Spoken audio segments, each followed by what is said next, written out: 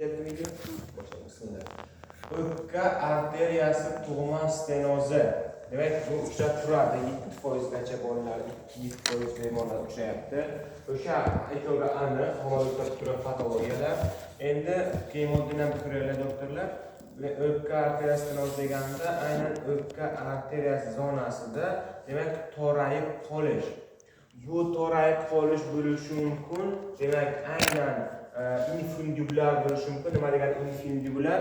Bu yerda mana bu muskul, mana bu qoroncharo to'siq muskuli gipertrofiyasi hisobiga mexanik yo'l bilan klapan sog'lom, yo'li toza, lekin muskul mana bu yerda demak gipertrofiya hisobiga yoki muskul noto'g'ri joylashuvi, klapanlar noto'g'ri joylashuvi hisobiga mana bu yerda nisbiy stenoz kelib chiqadi. Demak, infundibular degani bunda qoroncha aro to'siq defektini, qoroncha aro muskul kattamaydigan muskul qo'ymayapti jarayonga.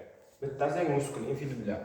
Ikkinchisi bu imonni aorta og'zi, ya'ni o'sha klapan, bu o'pka arteriyasidagi fibroz halqani o'zi kichkina bo'layotgan tug'ma, o'zi kichkina. Bu klapan o'zida. Va keyingisi esa klapan usti deymiz. Klapan usti deganda aynan klapan fibroz halqasi joyida, lekin unda chiqish joyida birozgina stenoz bor. To'rayish bor. Shunisi uch xil turini olishimiz mumkin. Demak, infundibular bu qoqoqcha osti, qoqoqcha o'zi va qoqoqcha ustidagi qismga bo'lamiz. Gemodinamikasi, demak, tasavvur qilinglar.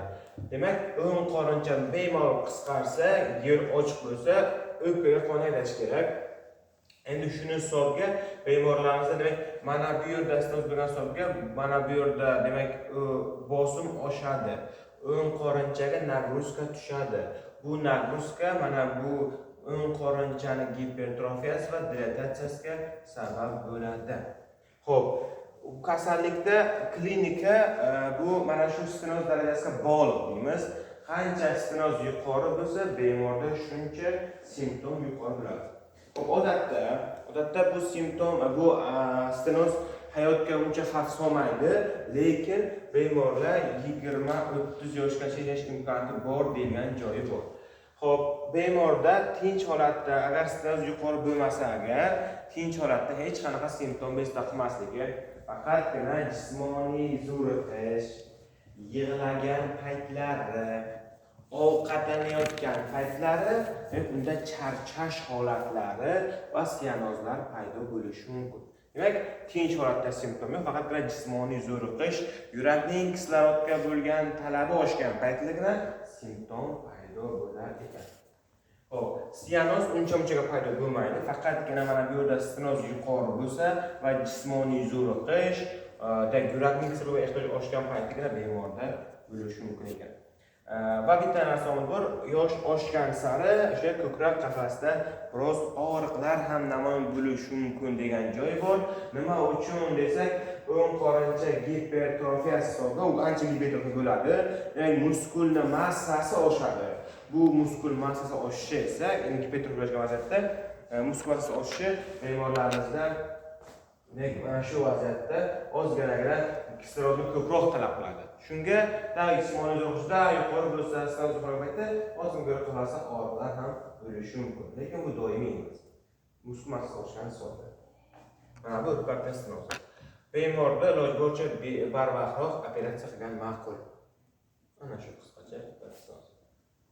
Xo'p, endi yana bitta holat bor. Bu yerda bemorimizda qanaqa auskultativ diagnoz qo'yishimiz kerak, ha? Diagnoz qo'yishimizda birinchi narsa obyektiv ko'rikda hech narsa ko'rmaysizlar. Yaxshi. EKG qilgan paytingiz faqatgina o'ng qorincha gipertrofiyasi belgisi va elektroqning o'ngga siljiganligi. Ikkita narsa. Uchinchisi o'ng oyoq distamning blokadalari. Shu narsa oldik. Gipertrofiyasi, elektroq o'ngga siljiganligi va o'ng oyoq distam blokadasi. Tezlik yaxshimi?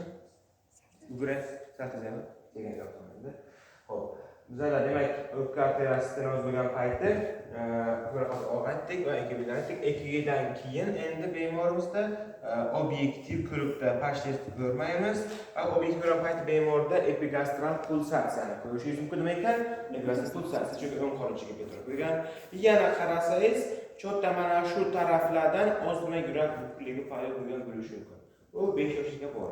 Yurak bukligi o'ngroq tarafda yoki parasternal tarafda yurak bukligi bor. Yana nima ko'rasiz obyektiv ko'rikda? Bemorni qapinglar ko'krak qafasiga qo'lni qo'ysangiz, sistolik titrashni eshitishingiz mumkin. Qo'lingizga sistolik titrash bilinadi. Nimaga? Chunki to'raygan yo'ldan qon kuch bilan chiqyapti, shuni hisobiga ko'krak qafasida ozgina titrashni paydo qiladi. Qayerda ko'pchilik tush orti yoki 4-qog'oz sohasida, 4-5 qog'oz sohasida sistolik titrash eshitiladi. Tushunarlimi? Bu obyektiv ko'rikda. Epigastralik pulsatsiya va sistolik titrash. 4-5 qog'ozga qaraladi. Endi auskultatsiya qilsak, yozinglar. Ikkinchi eshitish nuqtasi, ya'ni o'pka arteriyasi eshitish nuqtasi mana shu chap tomondan ikkinchi qo'l orali mana shu yerda. Mana shu yerda bemorimizda nima eshitiladi? Ikkinchi tonning susayganligi yozinglar. Ikkinchi ton susayadi. Ikkinchi ton susayadi. Ikkinchi ton susayadi. Agar bemorlarimizda o'pka o'ng qorinchaning dilatatsiyasi tufayli ikkilamchi ravishda trikuspital yetishmovchilik paydo bo'lsa, birinchi ton ham susayishi mumkin ekan. Bunda agar o'ng qorincha kengayib ketsa, mana fibrosani tortilgan hisobga ikkilamchi trikuspital yetishmovchilik paydo bo'lar ekan. Buni bilish kerak. Shu paytda birinchi ton ham susayishi mumkin. Va albatta sistolik shovqin. Qayerda? Mana ko'pincha ikkinchi ish nuqtasida sistolik shovqinni eshitishingiz mumkin. Sistolik shovqin. Auskultatsiya ikkinchi ton susaydi. Agar ikkilamchi va trikuspital yetishmovchilik bo'lsa, birinchi ton susayishi mumkin va bemorda o'pka arteriyasida ikkilamchi, umuman sistolik shovqin eshitishingiz mumkin. Mana bu auskultatsiya. Rentgenda asosan o'ng qorincha gipertrofiya belgilarini ko'rasiz va eng muhim joyi o'pka surati susaygan ekan. Nima ekan? O'pka surati susaygan, chunki o'pkaga qon yaxshi bormayapti. O'pkaga qon yaxshi bormayapti. O'pka surati susaygan, mana sizlarga. Surati susaygan ekan. Xo'p, keyingi narsa, kasallik davom etaversa, o'ng qorincha yetishmovchilik paydo bo'lsa, mana bu yerda kompensar jarayoni buzilsa, endi bemorda o'ng bo'lmachada ham gipertrofiya va eng muhimi biologik sistolik tufayli katta qon aylanish doirasida. Xo'p, keyinroq 5-6 yildan keyin katta qon aylanish doirasida dimlanish ham yuzaga kelar ekan. Nimacha yuzaga kelar ekan. Demak, bemorlarda katta qon doirasida dimlanish ham yuzaga kelar ekan. Keyingi, buni bilib oldik. Endi katta qon dimlanish bu oyoqlashishlar, jigar kattalashuvi bilan namoyon bo'ladi. Oyoqlashishlar, jigar kattalashuvi ma'lum bir foiz bemorda bo'yinlardagi yuzaki venlar o'rtib chiqqanini ko'rasizlar. Bo'yinda yuzaki venlar o'rtib chiqqanini ko'rasizlar. Bu narsa. Xo'p, eng yomon asorat bu infeksion endokardit asoratlar yozilgan. Bu o'ng qorincha asoratlari nima ekan? O'ng qorincha yetishmovchiligi asoratlari. O'ng qorincha yetishmovchiligi. Hop, yana infeksion endokardit va tromboemboliya degan holatlar bor ekan. Tromboemboliya. Mana bu kasallikning demak bizada asoratlar. Aortada nima? Aslan mana shu. Infeksion endokardit. Tushunarlimi? Doktor Shohrux asoratlari nima ekan demak? Asoratlari bo'yin binasini bo'g'itishi. Bu katta qon dimlanish. Begona yana tromboemboliya bor ekan, infeksiya endokardit. Bilinglar. Har qanday klapanda patologiya bo'lsa, qon oqimi sekinlashishi hisobiga infeksiya endokarditga xavf bor. Shuning uchun buni bilish kerak. Endi mana bu qorinchani ichida qon to'planib qolgan hisobga, qon harakati sekinlashishi bilan hisobga tromboemboliya xavfi ham bor ekan. Bu tromboemboliya bo'lishi ehtimol yo'q emas.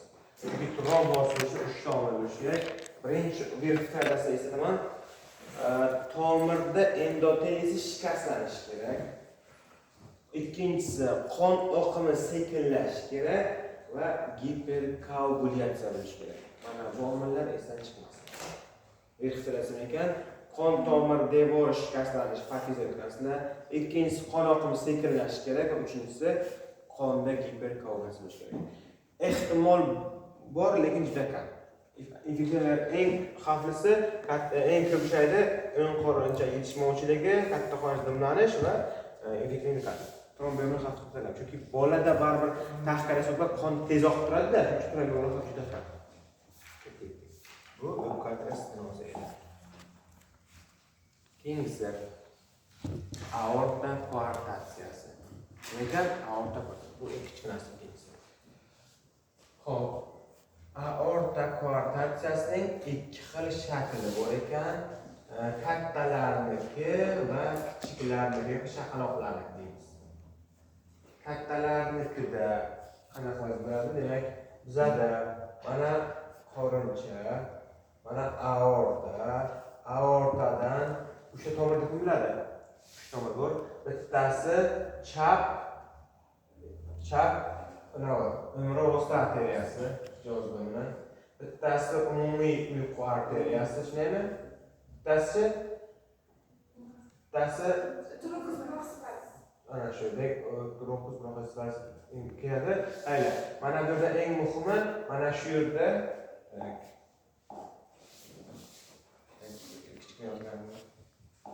mana o'sha tomirdan eng pastdagisi, eng oxirgisi chap umri o'sta arteriyasi. O'shandan keyingi zonada segmentar torayish bilan kechar ekan. Ko'rsam, bu degani umri o'sta arteriyasidan qo'lga qon boradi.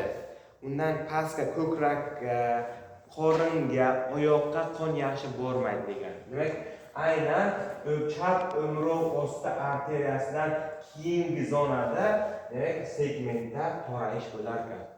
Bu kattalarniki.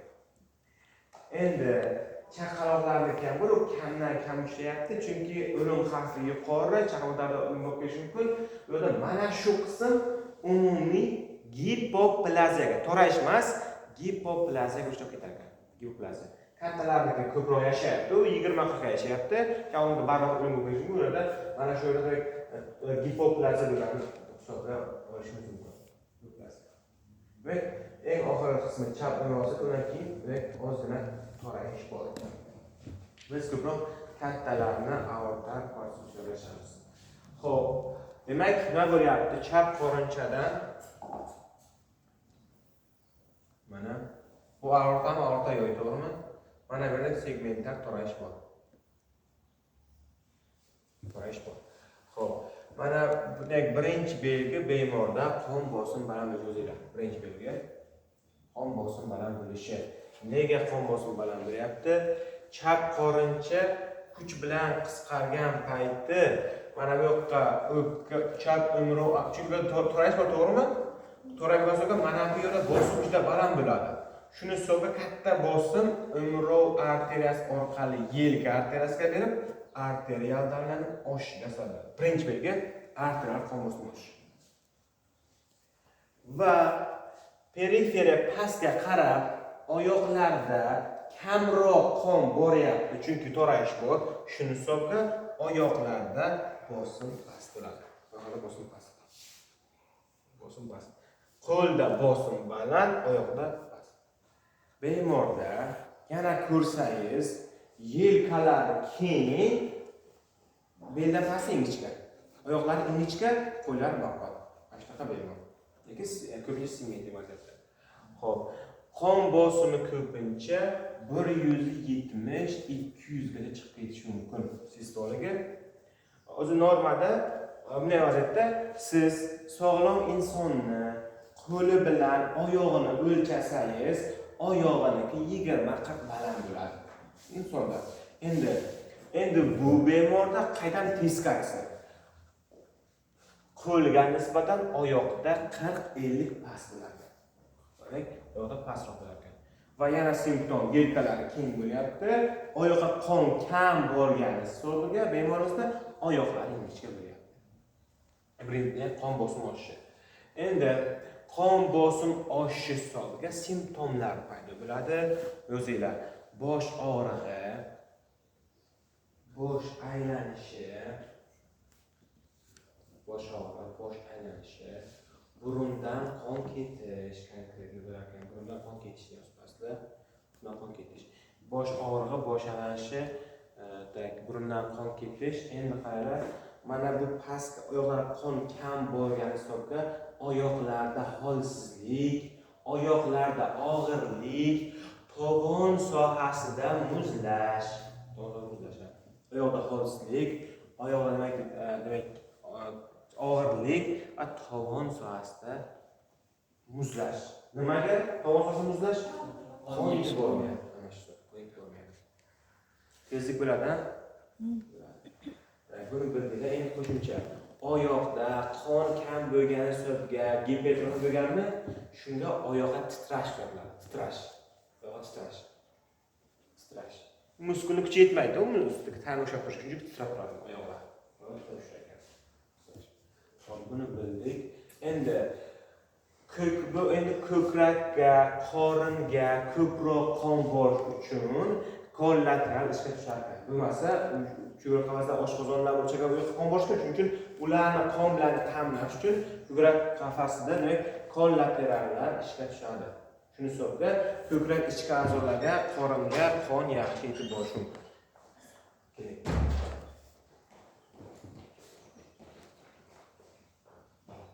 Demek kortasini o'tyapmiz.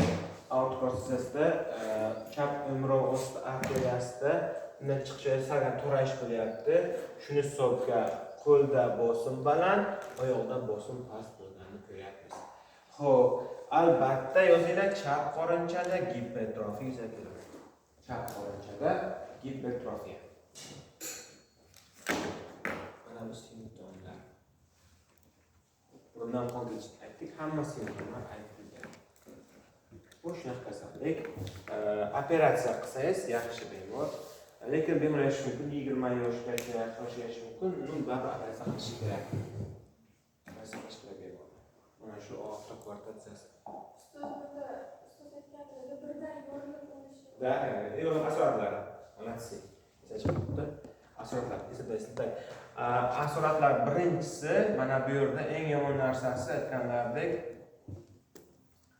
bu yerda mana bu yerda bemorimizda shunday vaziyatda mana bu yerda to'rayish bor, shuni hisobga sekinlik bilan aortada anevrizma paydo bo'lib, qon bosimi oshib ketgan payti mana bu anevrizma yorilib, to'satdan o'lim yuzaga kelishi mumkin. Asoratlari anevrizma, aorta anevrizma paydo bo'lib, bu anevrizma yorilib, to'satdan o'lim kelib chiqishi mumkin. Chap qorincha gipertrofiya bo'lib, chap qorinchada yetishmovchilik ham paydo bo'lishi mumkin ekan.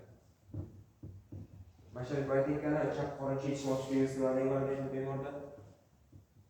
Chap qorincha yetishmovchiligining belgisi bo'lsa, bunda sianoz belgilari qabul qiladi.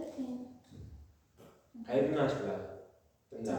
Katta qondan ashtiladi. Yo'q, kichikda bo'ladi. Chunki mana bu 4 ta o'pka venasidan qonni surib olish yaxshi emas. Kichik qon ajratib bundan ashtiladi-da. Bemorlar hansirash, nafas qisishi, gazlanlar nafas qishishining kuchayishi, o'rta buni holatlari, o'pka shishi ham bo'lishi mumkin. O'pka shishigacha bo'lishi mumkin bemorlar. Mana bu holat. Xo'p, tromboemboliya xavfi bor kam. Yozamiz insult. Konkretno, opish insult bo'lishi mumkin. Insult. Mana bu sizlarga asar. Xavfi yomon ekan, xavfi yomon. Yana qanaqa savol? Ana endi men videolarni tashlab olsam, sizlarga 2 daqiqa vaqt. Kim torcha qayarsa men agar ochib olganman. O'zimizda yomon bo'lgan ko'rdi. Pauza qilib turing videoni.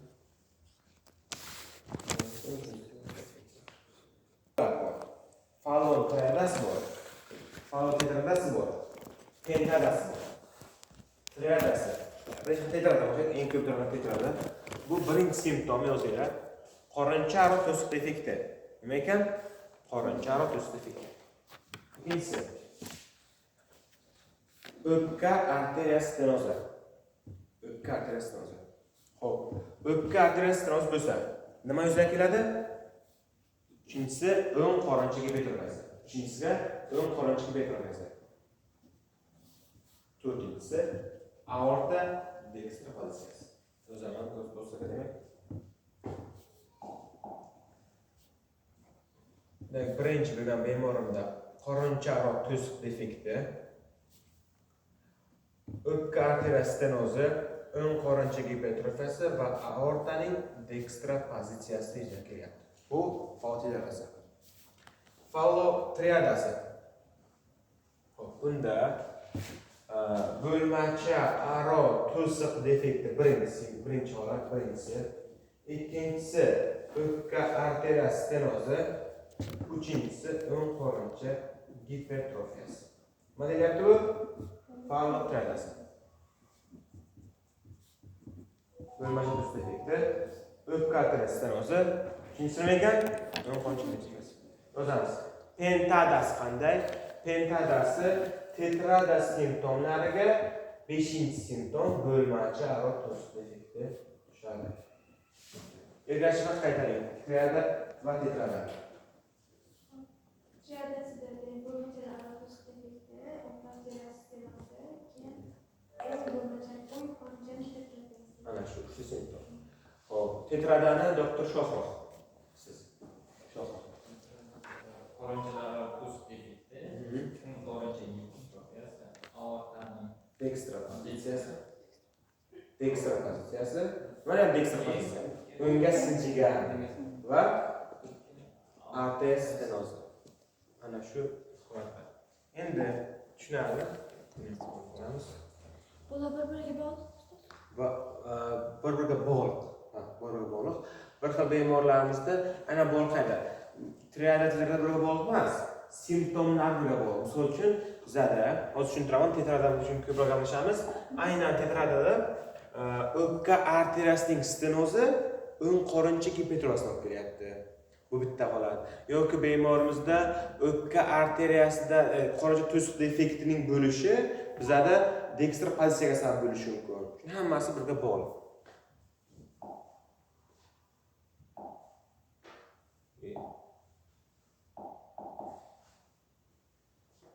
Xo'p, demak kasallik qanday qaranglar? Birinchi simptom o'pka arteriyasida stenoz bor ko'riladi. Stenoz bor. O'ng qorincha mana gipertrofiya bo'lgan, aorta o'ngga sal siljiganligini ko'ryapsizlar va qorincha to'siq defekti bor. Tushunarlimi?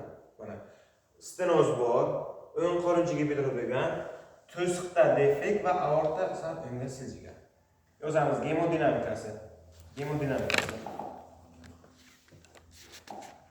Odatda mana bu yerda stenoz agar kuchli darajada rivojlangan bo'lsa, yo'li kuchli darajada o'ng qorincha gipertrofiyasi bo'ladi. Va bu o'ng qorincha gipertrofiyasi o'ng qorincha ichida bosimning oshishiga sabab bo'ladi. Agar o'ng qorinchada bosim chap qorinchadan baland bo'lsa, bilingki, endi qon o'ngdan chapga qarab harakatlana boshlaydi. Chunki nima uchun? Chunki qorincha aro to'siq yo'q. To'silgandan keyin o'ngdagi qon chapga qarab harakatlanadi. Va shu vaziyatda uning bir qismi arterial qonga qo'shilib, bu yerda qanaqa qon bor edi? Venos qon edi. Venos qon bilan arterial qon qo'shilib, qayerga boradi? Demak, aortaga, ya'ni katta qon yo'lasiga boradi.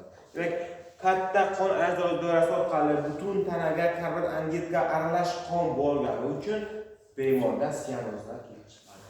Sianozlar kelib chiqadi. Bu gemodinamika. Bemorda hansirash, sianoz, taxikardiya, charchash, yillar o'tgan sari club fingers, ya'ni baravar yoshlari soat oynasi simptomi paydo bo'ladi. Bemorda charchoq kuchli, sianoz kuchli, doimiy. Bu ko'k parol. Ana shu paroliz ko'k parol hisoblanadi. Nega? Chunki o'ng qorinchada gipertrofiya bo'lgani hisobiga bosim baland, u qisqargan payti ham aortasini o'ngga siljigan, aortaga ham venos qon ham direkt kislorodga boy qon bo'lyapti. Aralash qon bo'lgan hisobda hipoksion sianoz paydo bo'lyapti. O'zimiz kasallikda 3 ta klinik bosqich bor. Birinchisi, tug'ilgandan 6 oylikgacha simptomlar uncha yaqqol namoyon bo'lmaydi. 6 oylikdan 24 oylikgacha simptomlar yaqqol namoyon bo'ladi. 6 oylikdan 24 oylikgacha simptomlar cho'qqa chiqqan, bu yoqda hipoksion xurujlar o'zinglar. Mana shu 6 oyga o'rtasida hipoksion xurujlar yuzatiladi. Ya'ni o'pka arteriosinozi bo'lgan hisobiga, o'ng qoshi bosib oshib ketgani hisobiga periferiyaga juda ham kam kislorod boradi.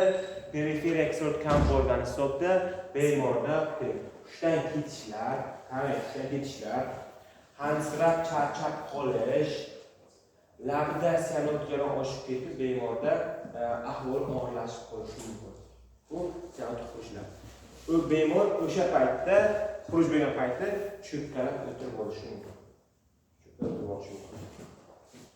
24 oylikdan keyin sianoz saqlanib qolsa ham bemorda jismoniy faoliyatga uncha ta'sir qilmaydi. Faqatgina 24 oylikdan keyin kuchliroq jismoniy zo'riqishdagina bemorda hansirab, charchab qolish yoki tagida mazasi qochish bo'lishi mumkin.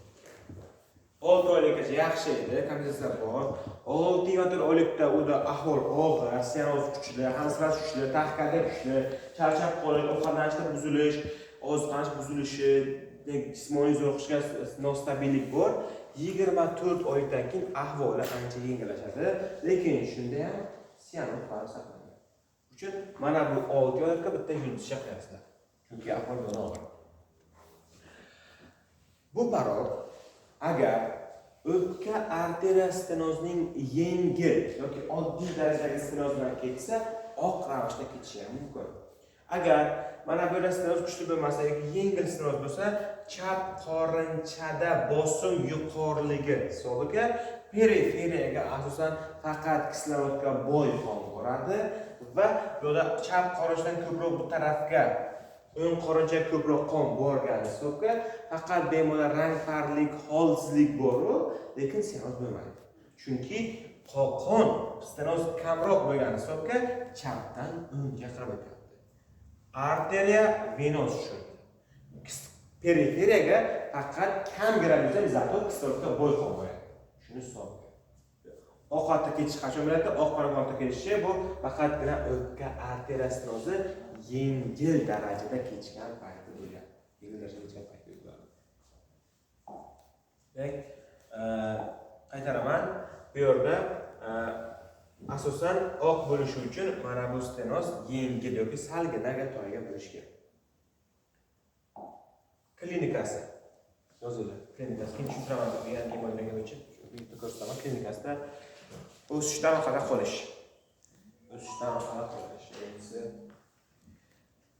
Emganda to'xtab emish. Emganda ozg'ashashab qolish. Men kechqurun qaytib tushray, bu hozir biz aytgan narsamiz faol tetarasi. To'rtta simptom bor. Birinchi simptomi demak o'ng qorinchaning gipertrofiyasi, o'pka arteriyasining stenozi, qorincha aro to'siq defekti va aortaning deksir pozitsiyasi. Mana shu to'rtta simptom bor.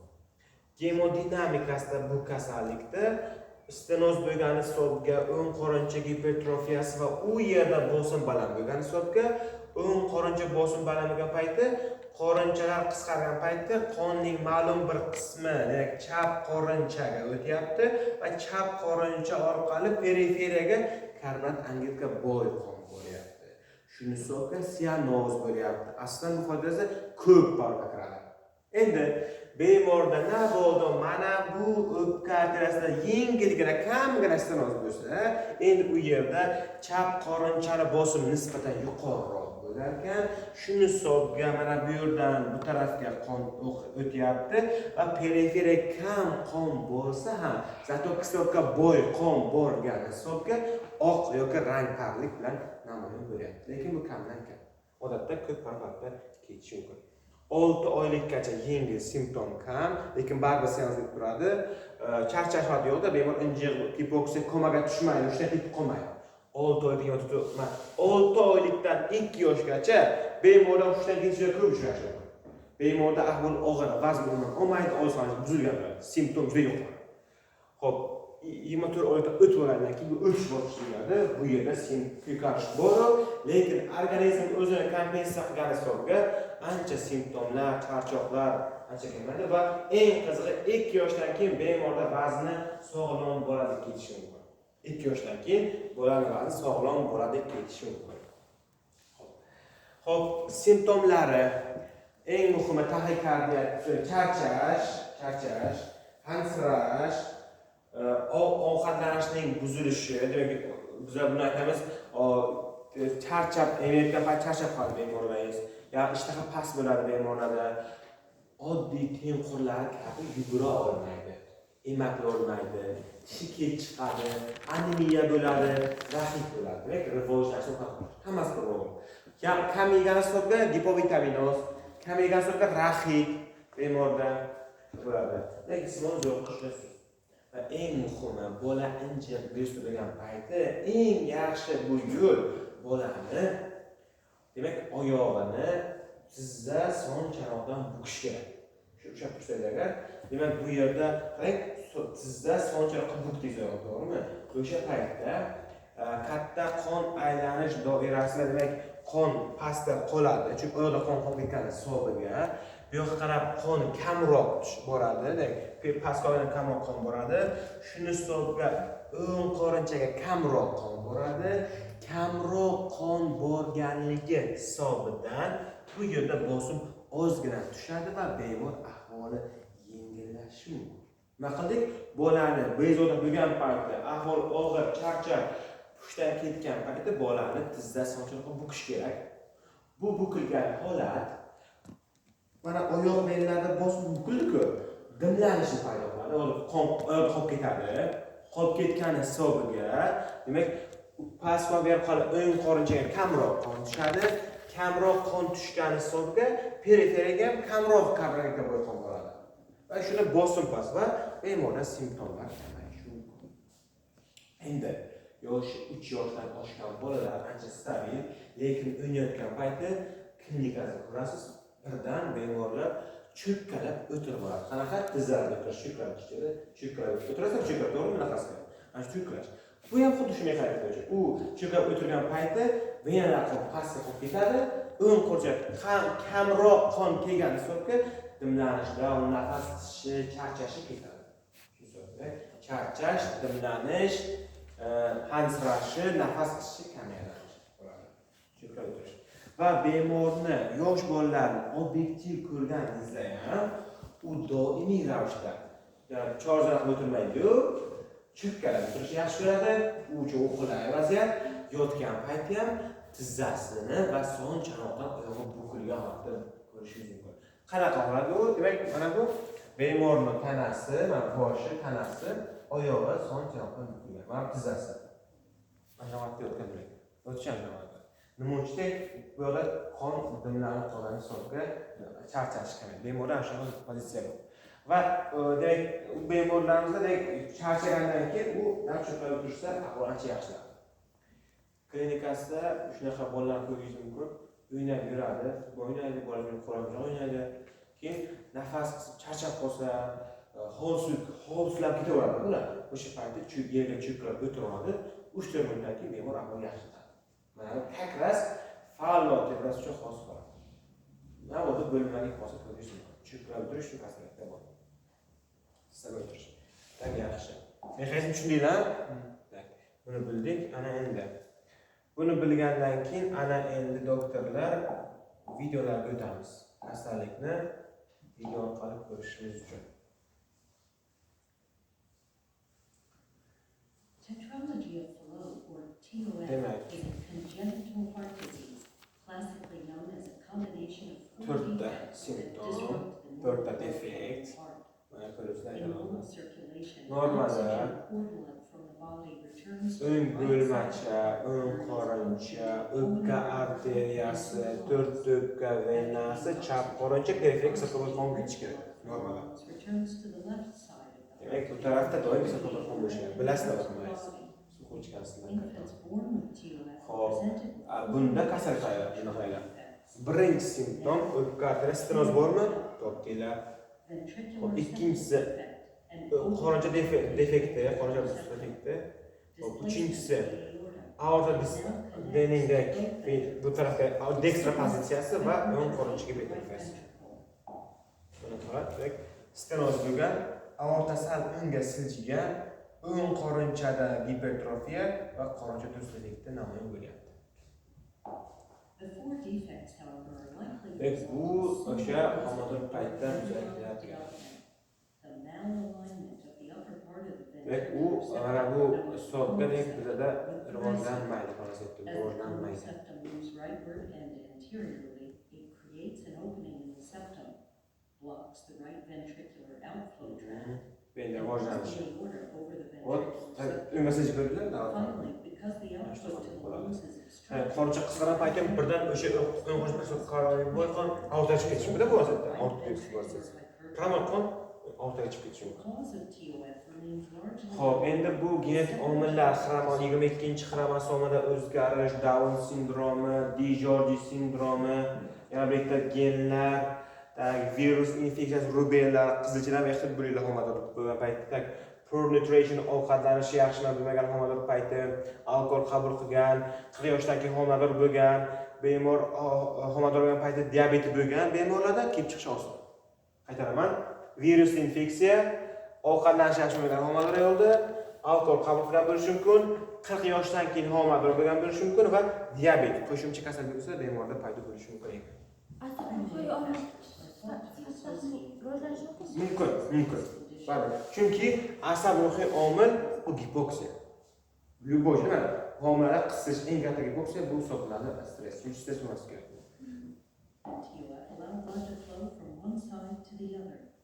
The direction of this flow, however, depends on the degree of pulmonary tract obstruction. Mana aytgan narsamni aytyapti. The flow is Oqimda agar sizda aytyapti mana bu yerda stenoz yuqori bo'lmasa, demak oq parok dedim-ku. Bu tarafga bosim beradi. Agar stenoz yuqori darajada bo'lsa, o'sha bu yerda o'ngdan chapaqroq qon harakatlanadi va ahvol is yo'qoladi. usually higher, while some of the already Hozir oxygenated stenoz blood yuqori goes darajada. back to the lungs. Most of it goes Well, left to right, and the baby appears pink as normal. However, in the long term, if too Lekin much stenoz yuqori bo'lsa problema yo'qda. patients may develop Yengil stenoz ham bor. Chunki chap qorincha bosim On baland. the other hand, when Endi stenoz qanaqa toyibga? blood Shu problema. Stenoz yuqori bo'lsa problema sizlarga. Mana endi yo'l bosim oshgan, o'ng qo'sha qon o'tdi, perifer aralashma bo'lgan. The mixed blood, which is low in oxygen, Aralashma. is then Konkretno gipoksiya tarafı. into the body. Miyada ham qarang, keyin qaranglar. Miyaga ham ko'proq qomurga hisobga bo'ladi, aqliy rivojlanish orqali qoladi. Asab ruhiy buzilishlar bo'ladi, ensefalopatiyalar, xotirada susayishlar bo'ladi. Bular vaqtida yaxshi o'qolmasligi mumkin bo'ladi. Yashaydi, lekin suyanib yashaydi, lekin operatsiya qilsangiz bog'da aqliy rivojlanish qolishi mumkin. Next repeat, chunki mana qaranglar. Periferiya sianoz bo'ladi. Doimiy sianoz bor.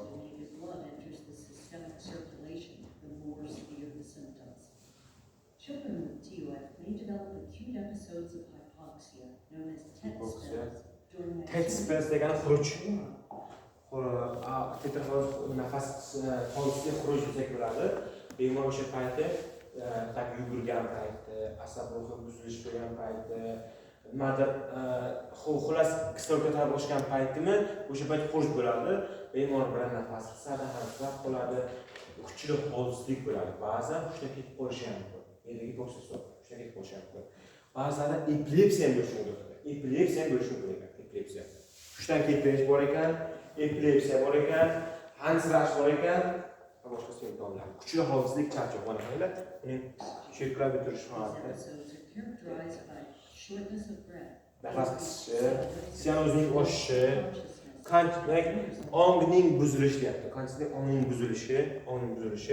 hypoxic brain injury and death. TED Spells degani bu nima hipoksion xurushga kiradi. Hipoksion xurush faqatgina bu tetrafaldasida bo'ladi.